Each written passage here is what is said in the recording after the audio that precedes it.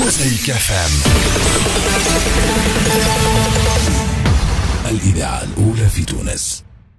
Bien, aujourd'hui, le Parlement européen a pris une décision, un vote, qui transpose en droit interne européen une décision qui concerne le classement de la Tunisie. Une décision qui concerne la Tunisie par le groupe d'action financière internationale. Le groupe d'action financière internationale travaille depuis très longtemps sur des questions de blanchiment d'argent et de lutte contre le financement du terrorisme. Le blanchiment d'argent et la lutte contre le terrorisme, c'est une priorité de l'Europe, de ce groupe d'action financière internationale et de la Tunisie et du gouvernement tunisien, bien sûr. Le GAFI, c'est quoi? Ce groupe d'action financière internationale, ce sont 35 pays. 35 pays à l'intérieur desquels il y a 15 pays européens. Donc le GAFI, ce n'est pas toute l'Europe, ce n'est pas que l'Europe. À l'intérieur du GAFI, il y a les États-Unis, le Japon, la Chine, la Russie, la Turquie, le Conseil de coopération du Golfe, la Malaisie, le Canada, etc., etc. Ce groupe a travaillé en bonne intelligence avec les responsables tunisiens depuis plusieurs années pour voir pour identifier les risques, encore une fois, de blanchiment ou de financement du terrorisme, à partir de 2016. Ce groupe a remis son rapport, a remis ses recommandations le 3 novembre 2017, l'année dernière. Depuis le 3 novembre, pour ce qui est des Européens, des pays de l'Union européenne, nous avons déjà transposé au niveau national ces mesures de vigilance pour ceux des pays de l'Union européenne ou celles des banques européennes qui ne l'avaient pas déjà fait en amont, avant même que le GAFI prenne ses recommandations, formule ses recommandations.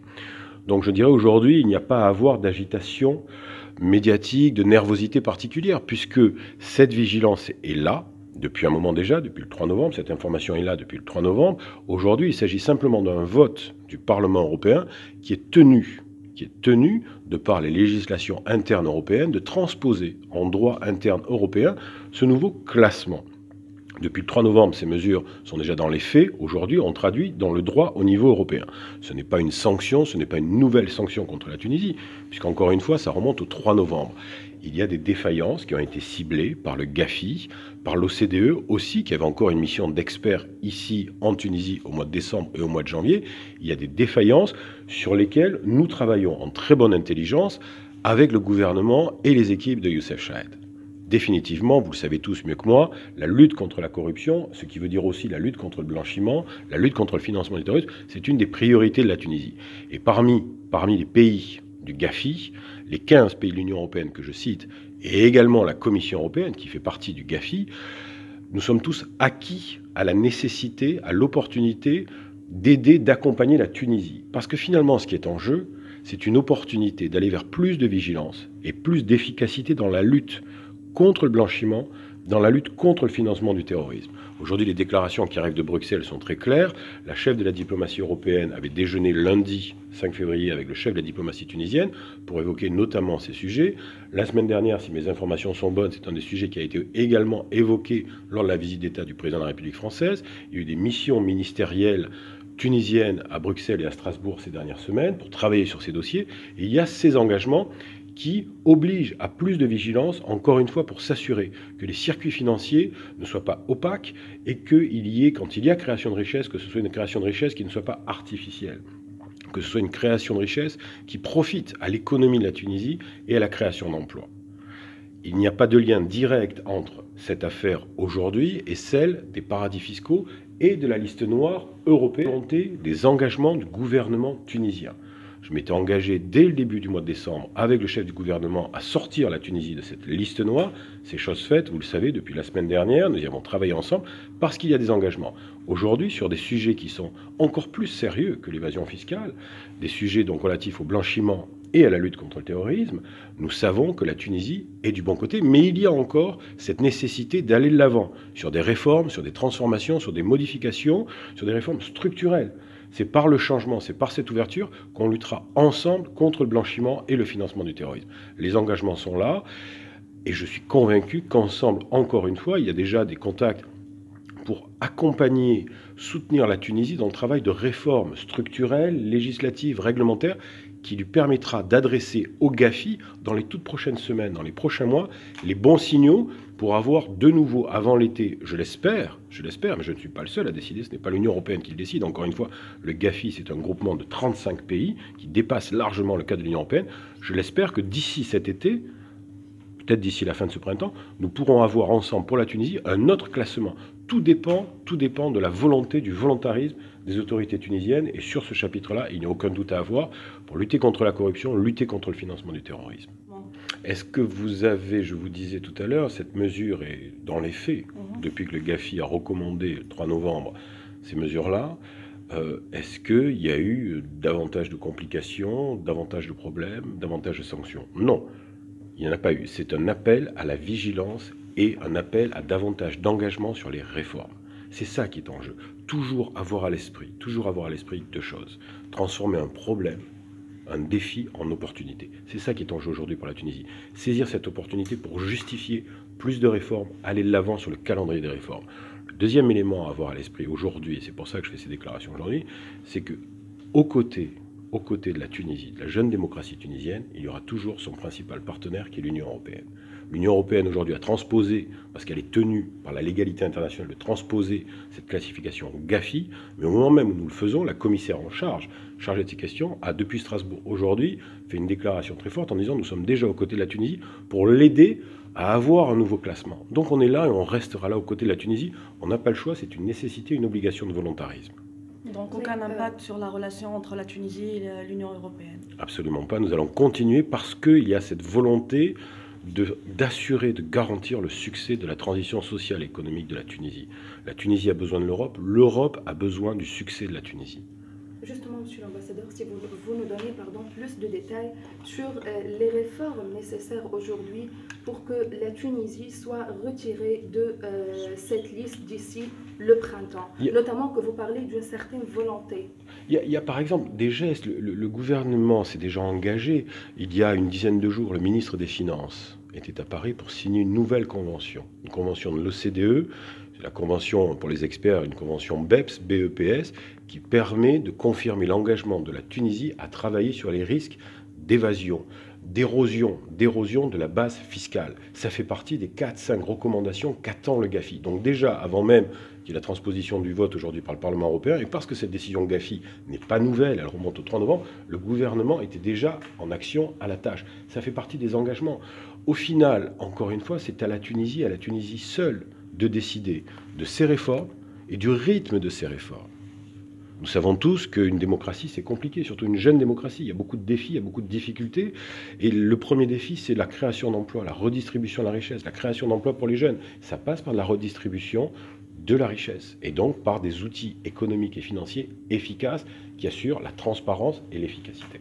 Sinon, après le classement de la Tunisie dans la liste des paradis fiscaux et le classement d'aujourd'hui, y aura-t-il un autre classement? Il y a un proverbe qui dit « jamais 203 ». Non. J'ai déjà entendu des mauvais commentaires ou lu déjà de la mauvaise littérature. Acharnement, hypocrisie. C'est faux. Les deux affaires ne sont pas liées. En revanche, mais les deux affaires. Joue un rôle dans cette L'Union européenne, en tant que premier partenaire, elle est aux côtés de la Tunisie. Ces deux affaires, d'un côté les questions d'évasion fiscale, de l'autre côté les questions de blanchiment, montrent qu'il y a des déficiences encore héritées de l'ancien régime. Et donc, il faut aller de l'avant.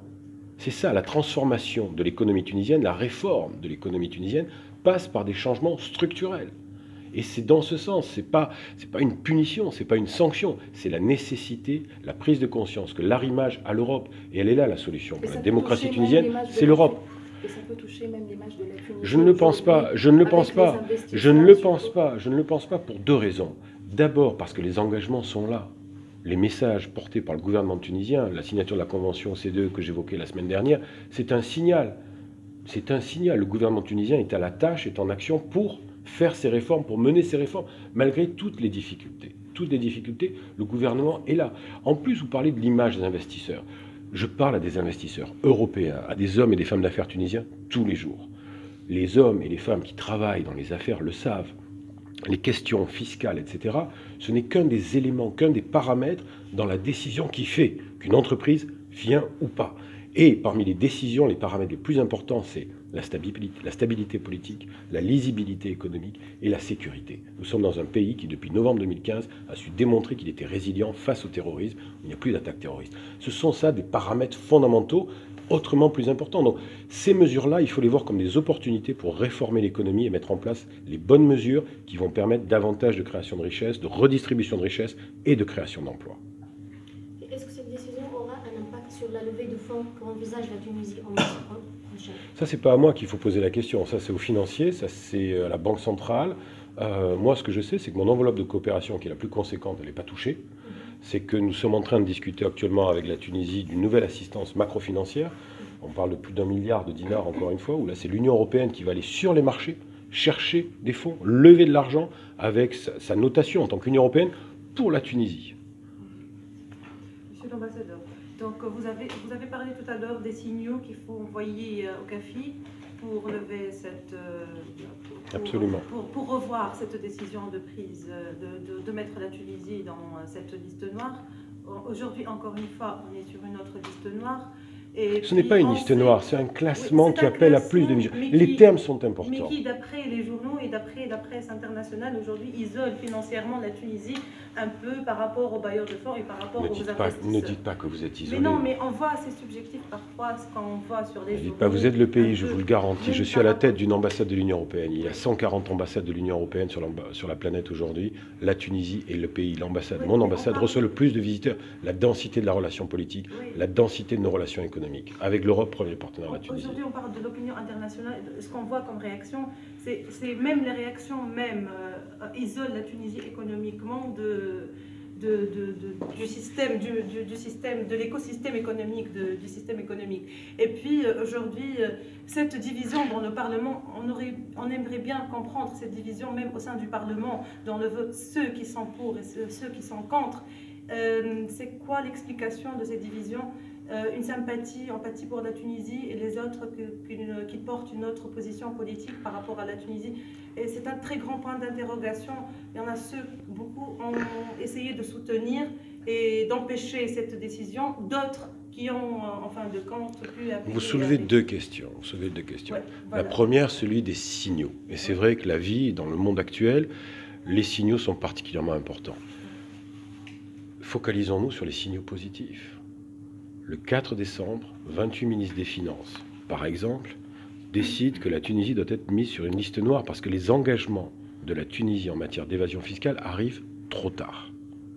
Moins de 3 semaines plus tard, la Tunisie sort de ce classement. C'est la preuve, d'un côté, du volontarisme des autorités tunisiennes pour réparer cela, pour corriger cela et aller vers du mieux, vers du meilleur. Et de l'autre côté, d'autre part, c'est la preuve de la volonté européenne de continuer toujours à être aux côtés de la Tunisie. Donc les signaux positifs, il faut aussi les voir. Il ne faut pas se focaliser sur les signaux qui sont négatifs. D'accord ?